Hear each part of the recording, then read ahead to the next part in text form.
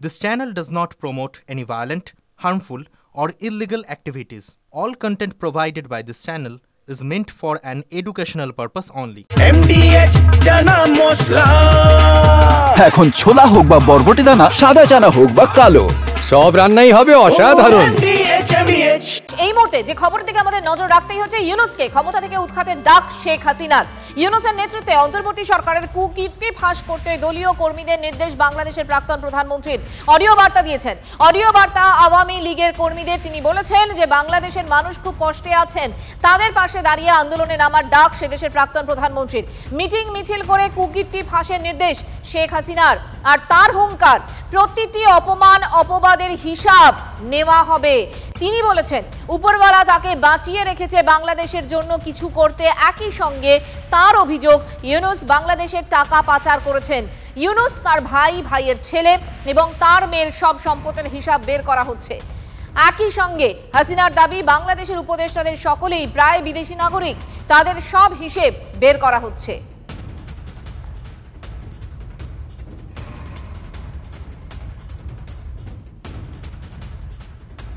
সব ধরা হবে, সব হিসাব নেওয়া হবে।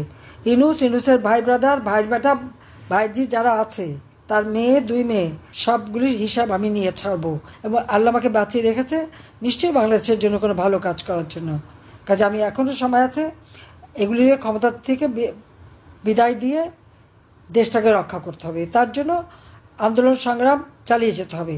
প্রত্যেকে প্রতিদিন দরকার যে যেভাবে পারেন মিছিল মিটিং করে প্রতিবাদ করেন, লিফলেট বিতরণ করেন, এতে অপকর্মগুলি জনগণের কাছে তুলে ধরেন, সাধারণ মানুষের কাছে যান, কারণ মানুষ খুব কষ্টে আছে।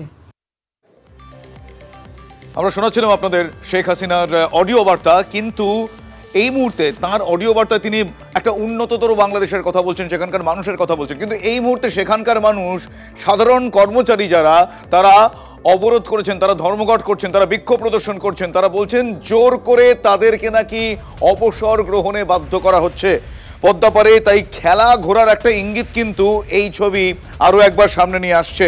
ঢাকার সচিবালয়ের সামনে যারা সাধারণ কর্মচারী, তারা বিক্ষোভ প্রদর্শন করছেন। ইউনূসের অন্তর্বর্তী সরকার সাধারণ কর্মচারীদের নাকি জোর করে অবসর নিতে বাধ্য করছে, তাদের অভিযোগ এমনটাই। কি অভিযোগ তাদের আমি একটু বিস্তারিতভাবে জানার চেষ্টা করবো। আমার সহকর্মী সুমন কল্যাণ আমাদের সঙ্গে। সুমন কল্যাণ, সাধারণ মানুষের এই বিক্ষোভ কারণ কি বলছেন তারা, কিভাবে এই জোর করে অবসর, বিষয়টা কি? দেখো, বাংলাদেশের অর্থনৈতিক অবস্থা এখন তলানিতে। গতকালকে শেখ হাসিনাও তার অডিও বার্তায় বলেছেন যে তিনি যখন প্রধানমন্ত্রী ছিলেন প্রায় 7% ছিল জিডিপি, আর এবারে জিডিপি এসছে 2.5%। ফলে একটা বড় কিন্তু ধাক্কা খেয়েছে ওর আর্থিক অবস্থা, যার জেরে যে অবস্থা তৈরি হয়েছে গোটা বাংলাদেশ জুড়ে, সেখান থেকে কর্মী ছাঁটাই থেকে শুরু করে একাধিক পদক্ষেপ ডাক্তার ইউনূস কিন্তু নেওয়ার চেষ্টা করছেন। এটাও কিন্তু তার একটা অঙ্গ। কিছুদিন আগে আমরা দেখেছি যে সনাতনী থেকে শুরু করে সকলকে, যারা হাসিনা জামানাতে বিভিন্ন বিশ্ববিদ্যালয়ের উপাচার্য ছিলেন, বিভিন্ন বড় বড় পদে ছিলেন, তাদের প্রত্যেককেই কিন্তু বল প্রয়োগ করে জোর করে তাদের পদ থেকে সরিয়ে দেওয়া হয়েছিল। তারা পদত্যাগ করতে বাধ্য হয়েছিলেন। এবারও কিন্তু তাই। এবার সচিবালয়ের কর্মী এবং এর পরবর্তী জেলা স্তরের কর্মী সবার উপরেই কিন্তু একটা আঘাত আসছে, কারণ আর্থিক সঙ্গতি নেই, আর্থিক সংকটের মুখে পড়তে চলেছে বাংলাদেশ।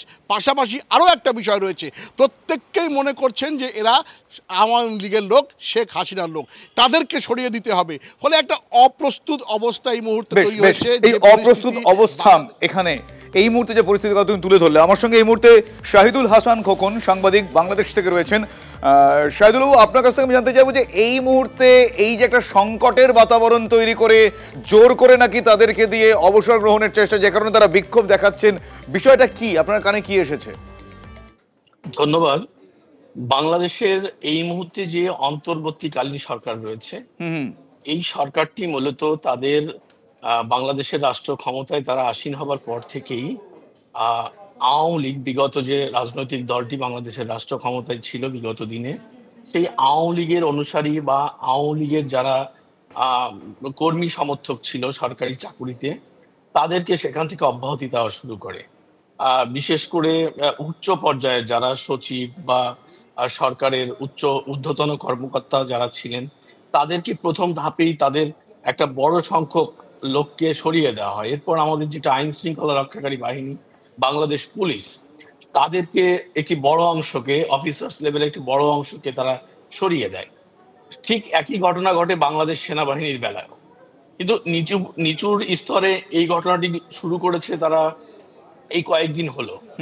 এবং আজকে আমরা বাংলাদেশের সচিবালয়ে একটি গণবিক্ষোভ দেখতে পেয়েছি, যেখানে বাংলাদেশ সচিবালয়ের কর্মকর্তা কর্মচারীরা একটি বিক্ষোভ প্রদর্শন করেছে। সেখানে প্রায় 2-3 হাজার সরকারি অফিসার। মঞ্জিরা কথা বলছিলাম স্টুডিও থেকে। এই যে ডামাডোল পরিস্থিতি, আমার খুব সংক্ষিপ্ত প্রশ্ন।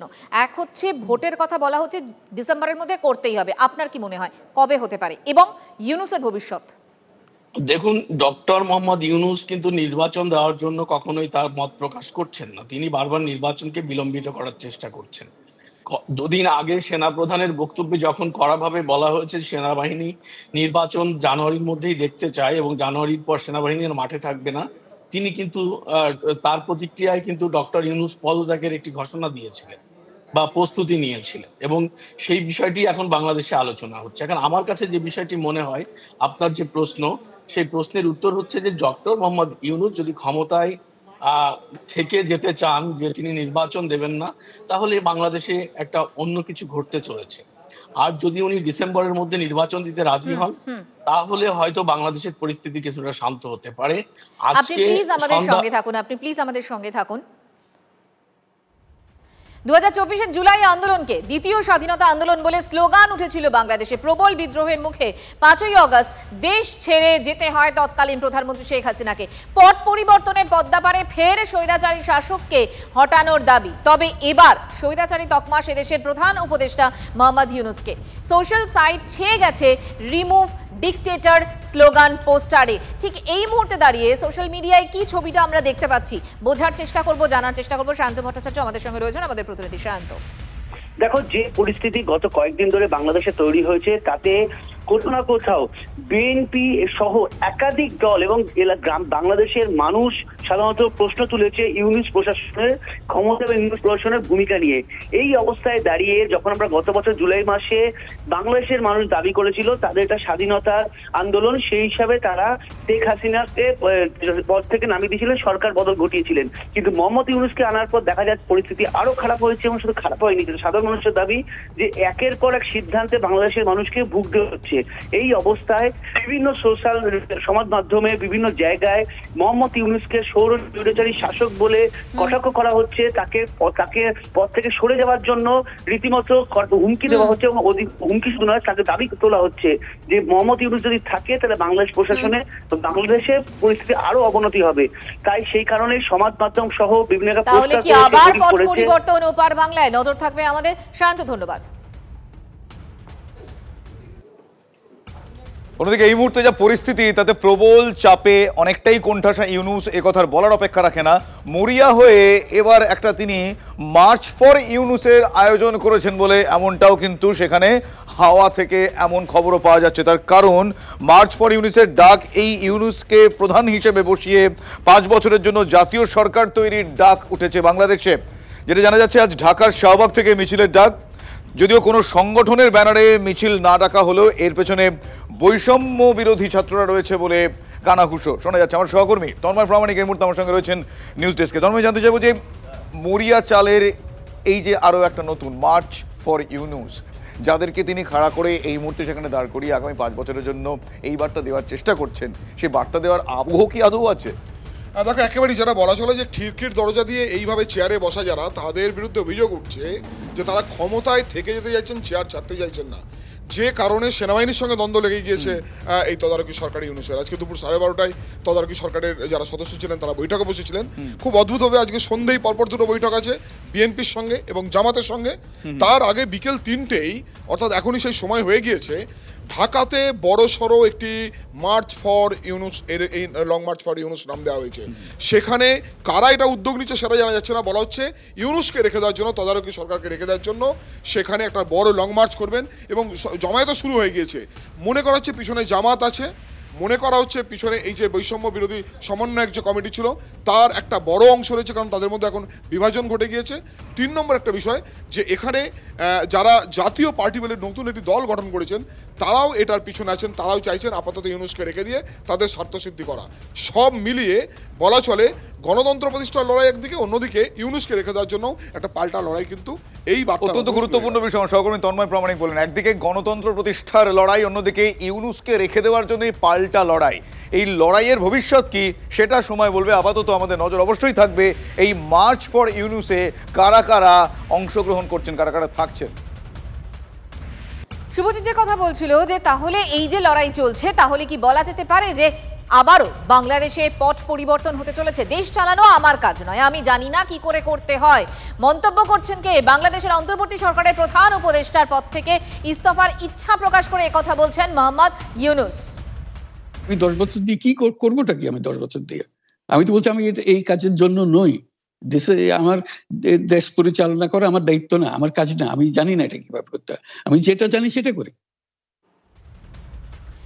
সাইদুল হাসান খোকন বাংলাদেশের সাংবাদিক এই মুহূর্তে আমাদের সঙ্গে রয়েছেন। সাইদুল সাহেব, একবার দেখছি মোহাম্মদ ইউনূস বলছেন পদত্যাগ করতে চান, তারপর তার সহকারী একজন উপদেষ্টা তিনি বলছেন যে না, তিনি কোনো রকমভাবে পদত্যাগ করছেন না। কখনো মার্চ ফর ইউনূস হচ্ছে, আবার কখনো তিনি জামাতের সঙ্গে বিএনপির সঙ্গে বৈঠক করে পরবর্তী পদক্ষেপ ঠিক করছেন। আসলে মোহাম্মদ ইউনূসের এই মুহূর্তে স্ট্যান্ড পয়েন্ট কি, অবস্থান কি? তিনি কি আসলে কাঠপুতুল, কোট আনকোট?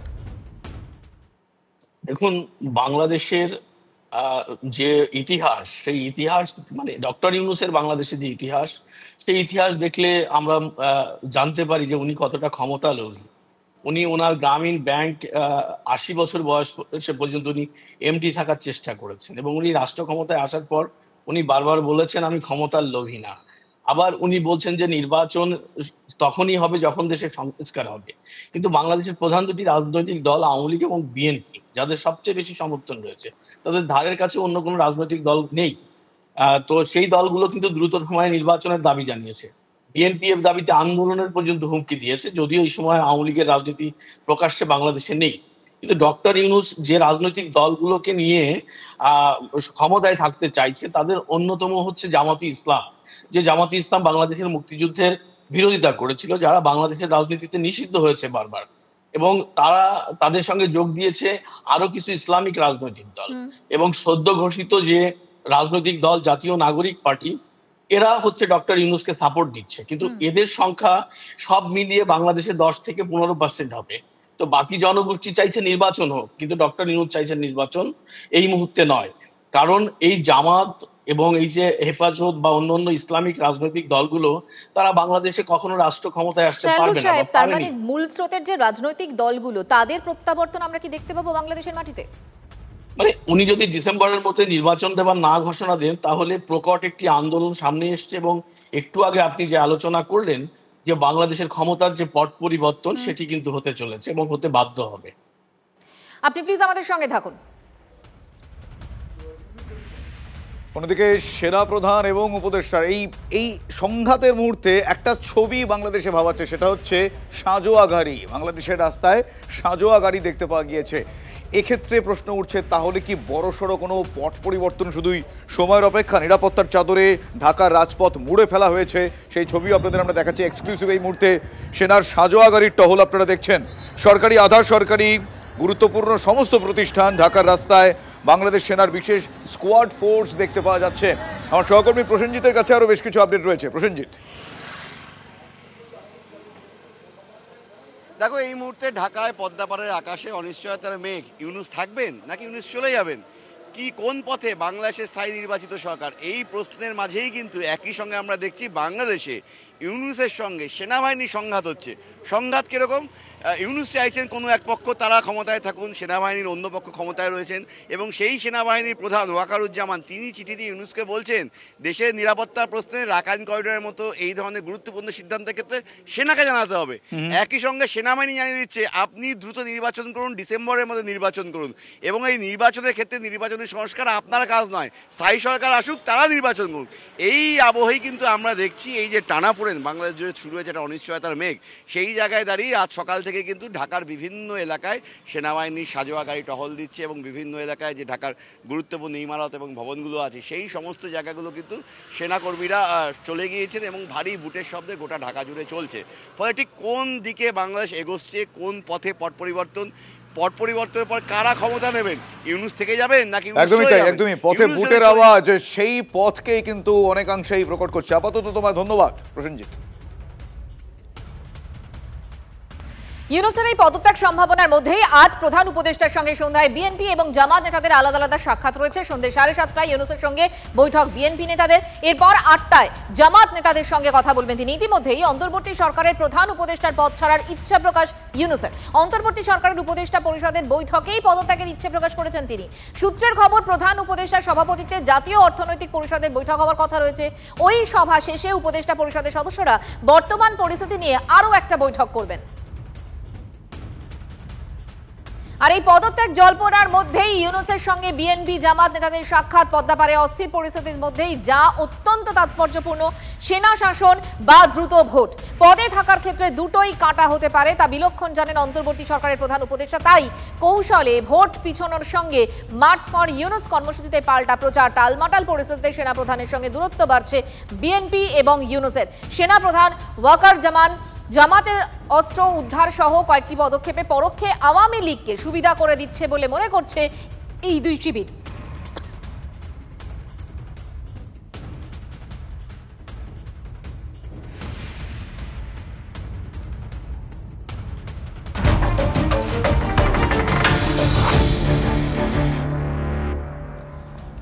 এই মুহূর্তে আরো একটা খবর পাওয়া যাচ্ছে, রাজনৈতিক অস্থিরতার মধ্যেই আচমকা বৈঠকে বাংলাদেশের উপদেষ্টাদের। রাতে বিএনপি জামাতের সঙ্গে কথা, দুপুরে আচমকা উপদেষ্টা কমিটির বৈঠক। দুপুর 12:30টায় ঢাকায় উপদেষ্টা কমিটির আচমকা রুদ্ধদ্বার বৈঠক। এই মুহূর্তে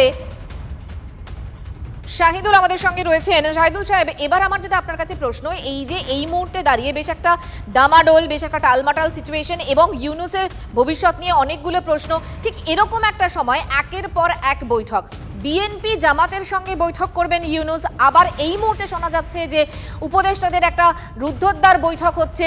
এই মুহূর্তে দাঁড়িয়ে আপনার কি মনে হয়?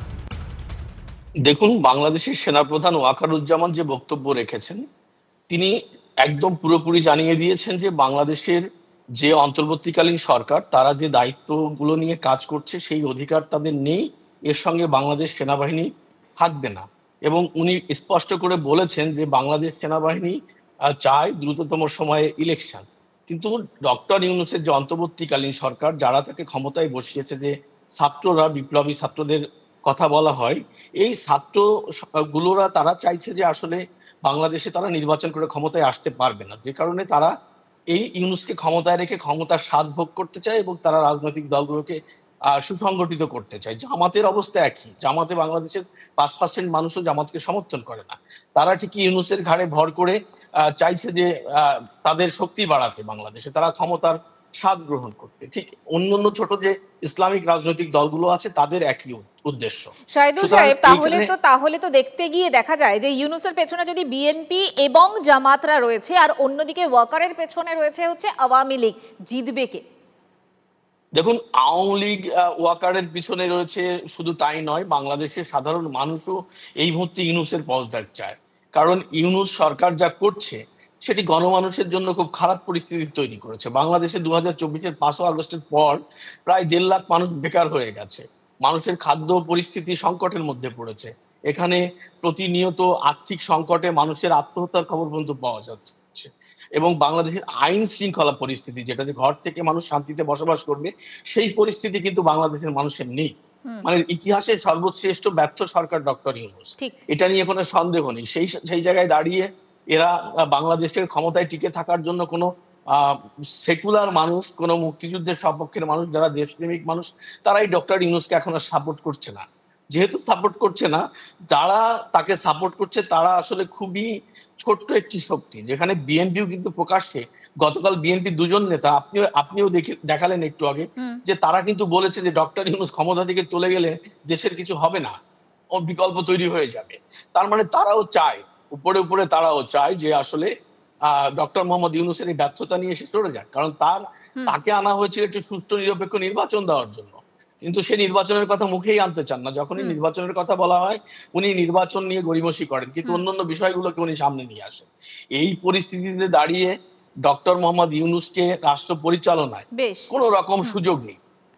শাহিদ বুঝতে পারছি পদ্মাপাড়ের এই জল কোন দিকে গড়ায়, অবশ্যই আমাদের নজর থাকবে এবং আমাদের এতটা সময় দেওয়ার জন্য আপনাকে অনেক ধন্যবাদ।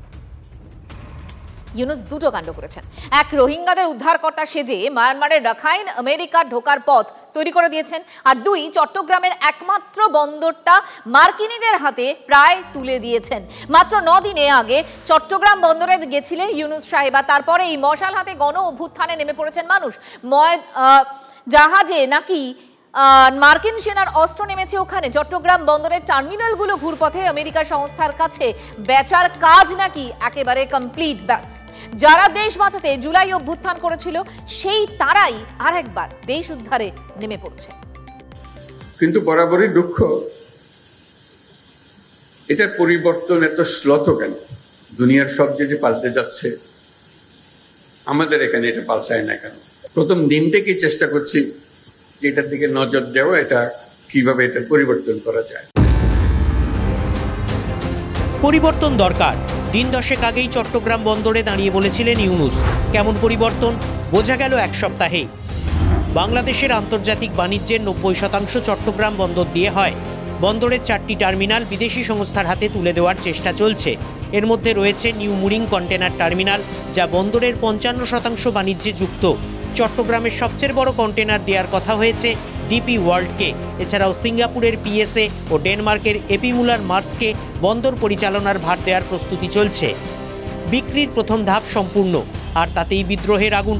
মশাল মিছিলে গণ অভ্যুত্থানের আশঙ্কা চট্টগ্রামে। কিন্তু প্রশ্ন হলো কেন? এই প্রশ্নের উত্তরেই লুকিয়ে আছে ব্যবসায়ী ইউনুস আর সঙ্গী সাথীদের পরিকল্পনা। আমেরিকা ঘনিষ্ঠ ইউনুস ইতিমধ্যেই স্টারলিংকের মতো সংস্থাকে সরকারি স্বীকৃতি দিয়ে ফেলেছে। মার্কিন গ্যাস উৎপাদক সংস্থা শেভরন বকেয়া টাকা নিয়ে কাজ করছে না। এবার চট্টগ্রাম পোর্টও বিদেশি সংস্থার হাতে।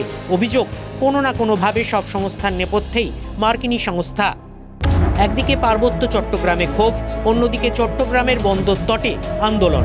পড়শি দেশের বিদ্রোহী আরাকান আর্মির চট্টগ্রামে পা রাখাটায় 2-2 4 দেখছেন অনেকে।